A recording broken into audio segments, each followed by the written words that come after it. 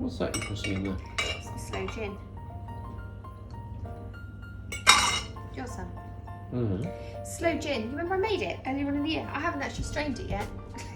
Still got the sloes in there. See?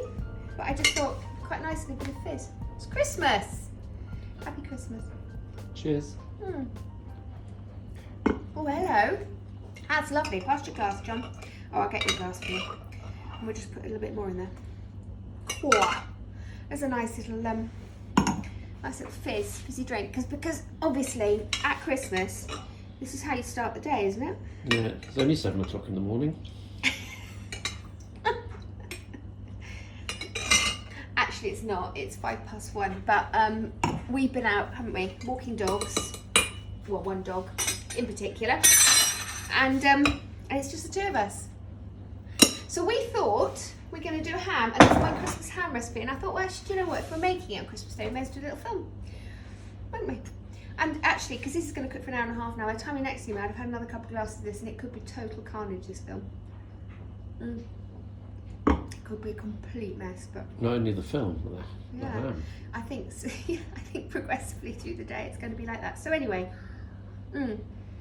cheers. This ham is what? It's not fizzy Ribena, by the way.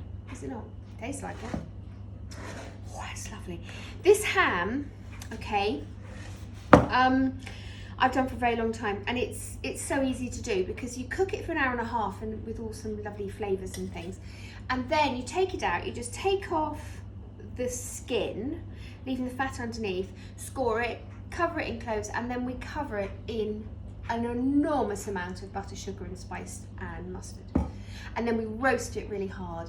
And then we take it out and we baste it as it's cooling, and then that lovely thick, gooey, saucy stuff sort of sticks to it and makes it all sticky, and it is glorious. So I'm going to do it. Now, remember I made that mulled cider? Kept it.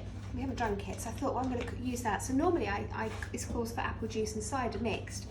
But I had this mulled cider with all the spices in. I thought it's only going to be lovely, isn't it? It's not going to make any difference because it's got a bit of orange in there as well and some raisins. I'm sieving it just in case, there's a few raisins hanging around, and from the boozy mincemeat that I used to make my mulled cider in another film that you would have seen. So I'm just going to strain that and then add to that as well a little bit of water, because I want to kind of cover the ham in as much as I can with liquid.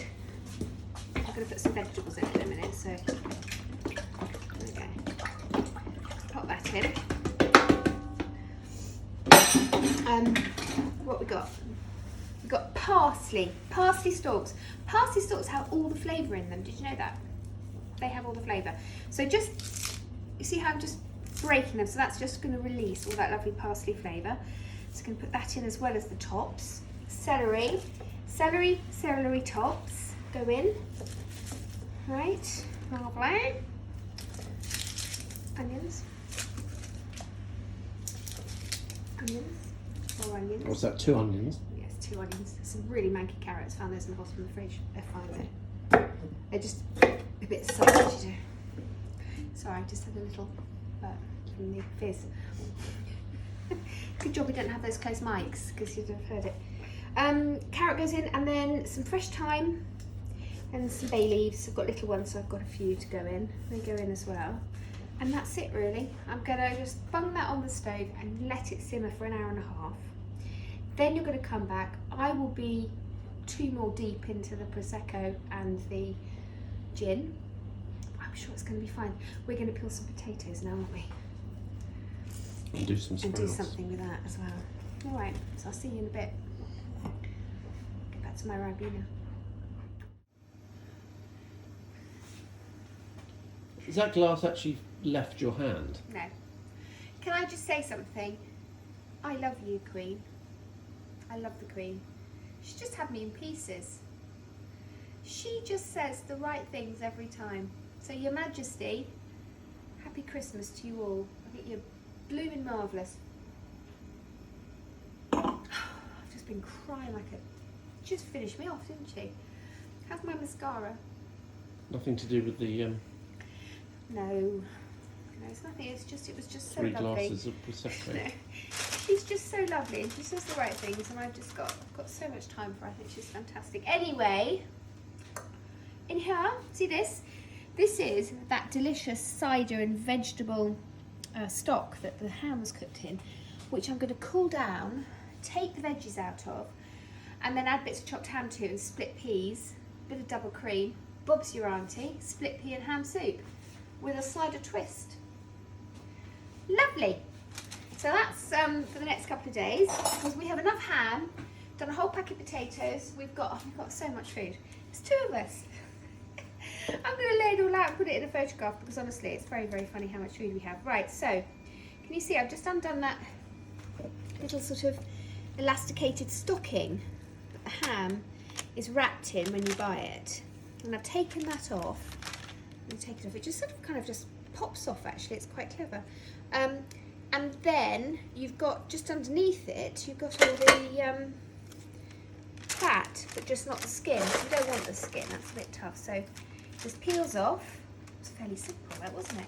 I'm actually just going to keep that, because birdies, take off that bit of mesh. Birdies, they're going to love that. They like the birdies. So we can chop that up and we can give that to them. They'll like that. So that's for the birdies. And then we're left with just the fat. So what I'm going to do now, it's not going to stand up straight, is it? But I'm just going to score this fat through. Okay, and I don't worry about it. Well, I don't worry about it now because I've had 3 glasses of Prosecco, but just kind of do it straight and then at an angle, and then you get the diamond effect, all right? Once we've done that, we grab ourselves some cloves, whole cloves, and we stud the diamonds in the middle with the cloves, okay? Now, you might want to do like, you know you did the fasty thing, the time lapse. Just go blah, blah, blah, blah, with me doing that. Blah, blah, blah, blah. Magic.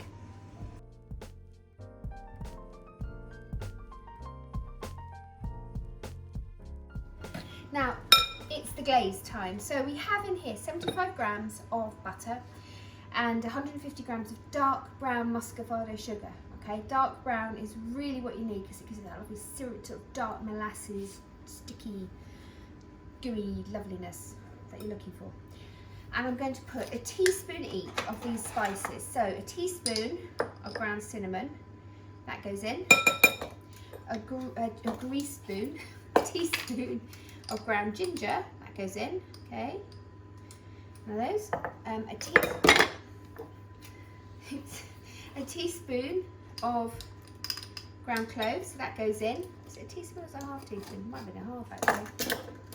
Hold on. I have made this a lot of times, but oh no, it's a teaspoon of ground cloves. And then we're going to do a teaspoon of mustard powder. Okay, I'm going to do a heaped one to give it a bit of a kick, and then a whole tablespoon of Dijon mustard. All right. So you get that lovely mustard gorgeousness that we want to give it a bit of a kick.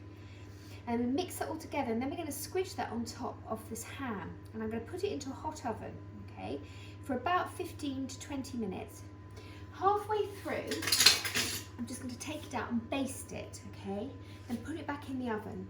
And then after the 15 minutes, I take it out and I keep basting it until it cools down, and that's when it gets all lovely and sticky on top of the ham. That's the idea. Then it's done. So you can either have that cold, or like we're going to have it today, it'll be hot, served with roast potatoes and Brussels sprouts and all the whole shenanigans that goes with it. Alright, so it smells just so lovely. So I just splodge, okay? Because the ham's a bit warm, it will just melt down a little bit, so don't worry, because what you're going to do is you're going to keep basting it anyway at the end. But all these lovely flavours, because you've scored the fat, will soak in, but it'll go all around the outside as well. And then these lovely sort of sticky, gooey, I can't even say residue, it's not really residue, but the sauce, it's not even a sauce, the gooey stickiness that it's in. If you slice your turkey and then just keep it in that as well. Turkey? No, ham. Is that what we're doing? Once you slice your ham, you can keep it in that as well, in the fridge or in bags and freeze it. It's just lovely. It's the best way to do ham. It's so good. This is so lovely. Anyway, I'm going to put it in the oven and then come back when I do a bit of basting. Okay, so can you see that? It's been bubbling away. So that's had about 8 to 10 minutes in the oven. And I've just taken it out so I can baste it halfway through. And this sugary, mustardy, buttery mixture with all the spices has started to thicken. It's started to get all nice and gooey. Okay, that doesn't look amazing. It smells incredible, doesn't it? So I'm going to give it a baste, as I said, pop it back into the oven, give it about another 10 minutes tops, all right? And then I'm going to bring it out and I'm going to see how I'm basting it like this. I'm going to carry on basting it until it's cool. And as it cools, this sugar mixture, it stiffens up, and it gets all sticky, and it stays on the ham. That's the idea. So can you see how it's really become toffee-like now? So it's had this extra 10 minutes, 8 to 10 minutes, and I'm just going to keep basting it. And it's almost, this, as you can see, this sugar has separated from the butter. And so now we just have this wonderful, sticky, syrupy, it's not gunk, is it? But it is, you know what I mean? And it should just stick to the ham. As it cools, keep basting, and you should have all of your ham covered in this lovely, glistening sauce. Oh, it smells so amazing. Honestly, the taste of it. And I always want to have that outside piece because it's got most of the sort of the stickiness attached to it. So it's my favourite bit. Which is wonderful. Now this will keep for about 5 or 6. Well, actually probably about 5 days. It won't last that long. It won't last that long at all. Well, half of it will be gone today, won't it? It doesn't last that long, but you know, it's beautiful when it starts to go into pies, and quite often when you carve it, there's always the little bits that fall off, and those are the little bits that I put in the soup as well, because you don't need the big chunks in the soup, you just need flakes of it really to give it flavour. But it is, honestly, it's a total triumph for this. As I said, I've been doing it for years, and this, look, now it's really getting solid. I'm basting this, so it's just like holding on top of the ham, and that's how I shall leave it. So when it was cooked for an hour and a half, so we made sure that the inside of it was properly cooked. I used a meat thermometer and it was up to about 80 on the inside, which is exactly what I wanted, 75 to 80, so it's hot all the way through. Giving it that extra 15 minutes just for the glaze is all it needs. And now it can just sit there and it'll stay warm for a good hour as it rests. And then we'll eat it on top of the potatoes and all the other veg. And that's it. Oh, it smells. It's remarkably wonderful. Happy Christmas. Cheers. And do you know, I've done quite well, haven't I, considering? That could have been total car crash, but I think we're all right. Well, of course, I haven't served up supper yet, have I? Or lunch. Where are we? 4 o'clock. Late lunch. Late lunch.